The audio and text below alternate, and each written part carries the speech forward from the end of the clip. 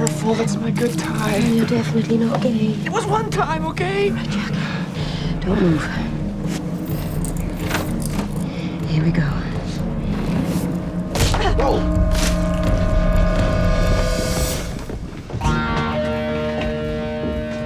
That was your last chance.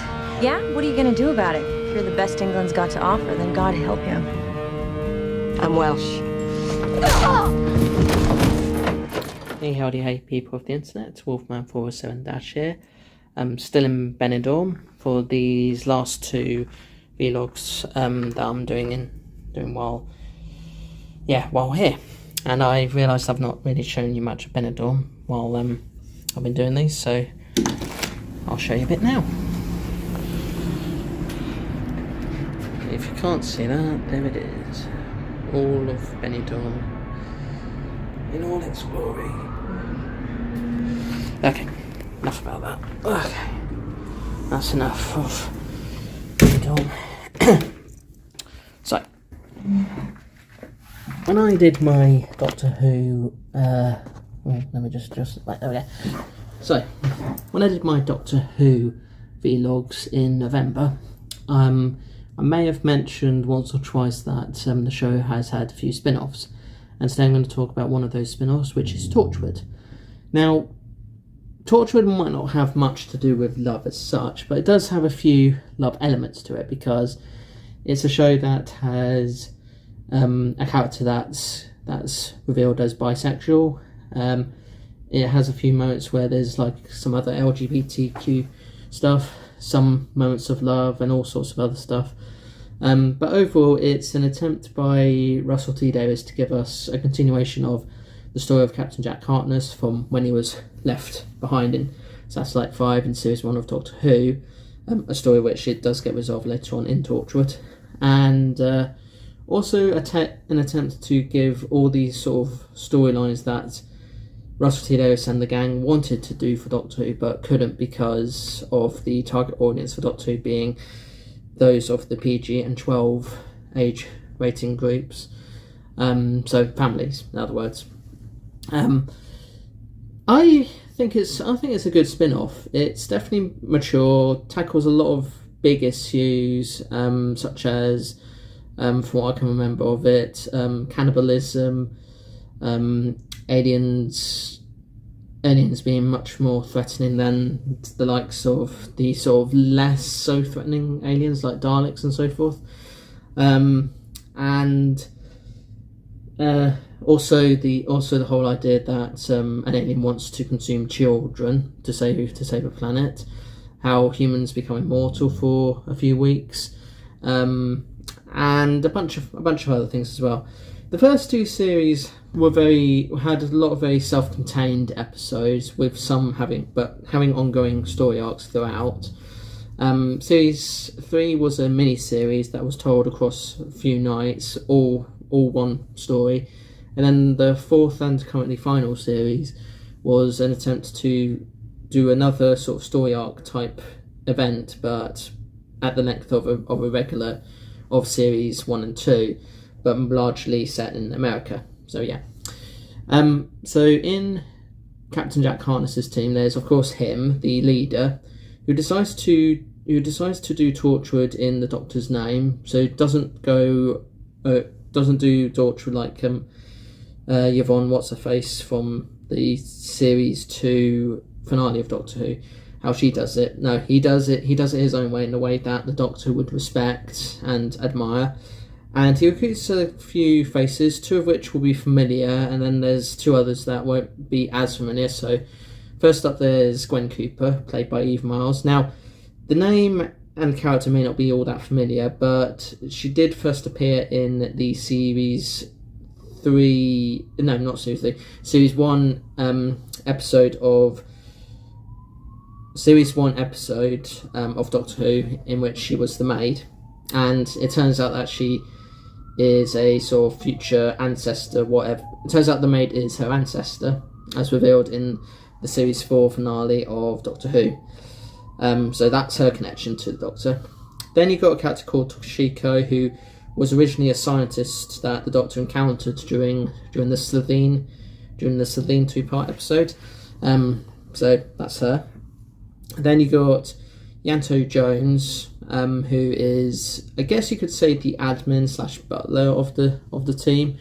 Who, unlike the others who actually have good reason for it, he's actually one that actually was willing to join, didn't really want to join because he had to. He was actually very willing to join, and even though he doesn't have much of a connection to the Doctor as such, it's revealed that he did work at the original Torchwood and was among the few survivors of the Battle of Canary Wharf, so much so that he tried to save his girlfriend, who at the time was being partially converted into a Cyberman. So that's him. Then you got Owen Harper, who I think, if I remember, has had a girlfriend that had an encounter with an alien, but a deadly alien, I think. I can't remember everything, so yeah. So he's part of the team with that. And then there's another one called Susie, who isn't in the show too much, and there's a good reason why she isn't. But yeah, she's part of the team as well, until Gwen Cooper becomes full time. And yeah, it's just basically a show where they tackle a lot of mature themes, various aliens, and all sorts of other stuff, and basically do everything that you wouldn't be able to do in Doctor Who. Getting away with things like drugs, alcohol, sex, nudity, LGBTQ content, even though Doctor Who nowadays is sort of tackling that type of content as well, but albeit in a more subtext sort of way, especially with the world being as it is today, and all sorts of other stuff as well. As a show, I think it's a good show. It's one of the best spin-offs of Doctor Who I've seen. It's definitely one that was able to take no risks with it. They just tried to do as much as they can with it. Most would say that it's a show that was primarily made for the BBC Three audience, because BBC Three has been for a while known for its risque content, even in its original form. And yeah, it's good. Definitely worth watching if you are kind of getting bored of the whole family-friendly / sort of risque, sort of slightly risque content that Doctor Who is known for. It's a shame that it ended when it did, because it didn't really have a sort of satisfactory finale with the fourth series. In fact, I think some would say that the fourth series only exists because it was very popular in the States, and as such, they wanted another series, so Ross Studios felt obliged to make another series. And even though I will say, out of the series, I think the fourth one is the weakest, because it's a show about characters that are trying to fight aliens and sort of alien things from happening, although some mature other themes are tackled as well. But yeah, in that one it was mostly about immortality, not really much to do with aliens, and by that point, Russell T Davies had already handed the reins to Doctor Who over to Stephen Moffat, so there was some inconsistency with writing and so forth there. I think the strongest series would probably, for me, be Series 2, because it tackles a lot of mature themes. Jack's origins is talked about a bit more, as are all the other team as well. Freema Agyeman also makes an appearance as Martha, reprising the role as Martha Jones, and some would say the writing for her character in that series was good. Children of Earth was okay. It was originally planned that Martha Jones would appear in that as well, but ultimately she didn't, because Freema Agyeman found work elsewhere that had a better deal, which is fair enough. And Series 1's good. It's pretty much as you'd expect a first series to be, establishing characters, the world, settings, and stuff that would eventually be tackled in further episodes of Doctor Who. But it was nice that, with the crew being set in Wales, it's nice that they got Wales set up as a place to go to. So yeah. Definitely give it a watch if you can. Some of the stuff may be a little bit outdated now with the current changes to social norms and so forth, and the show is sort of continuing through Big Finish audio stories. You might have heard lots of Doctor Who stories being told through Big Finish. They're doing the same with Torchwood and other Doctor Who stuff as well. So yeah. Okay, I think I've run out of things to say about Torchwood. Do check it out when you can. So yeah, thank you so much for watching. If you enjoyed the video, then please like, share, comment and subscribe. See you next one. Peace to you all. And you know,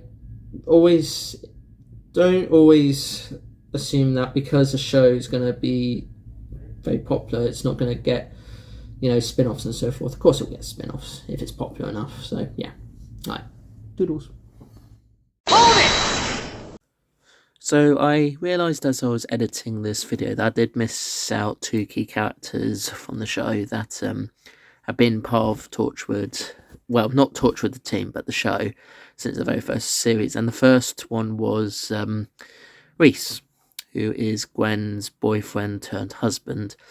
So in the first series, he's behaving like, you know, a typical boyfriend should, and being blissfully unaware of Gwen's activities in Torchwood. And then during the second series, he becomes more aware of what she's doing and ultimately decides to become an ally, with Jack sort of understanding that he's not going to give away too much or anything. And he becomes a great ally to Torchwood in the two series that follow series 2, in particular with helping Gwen get through stuff and all that. So that's that.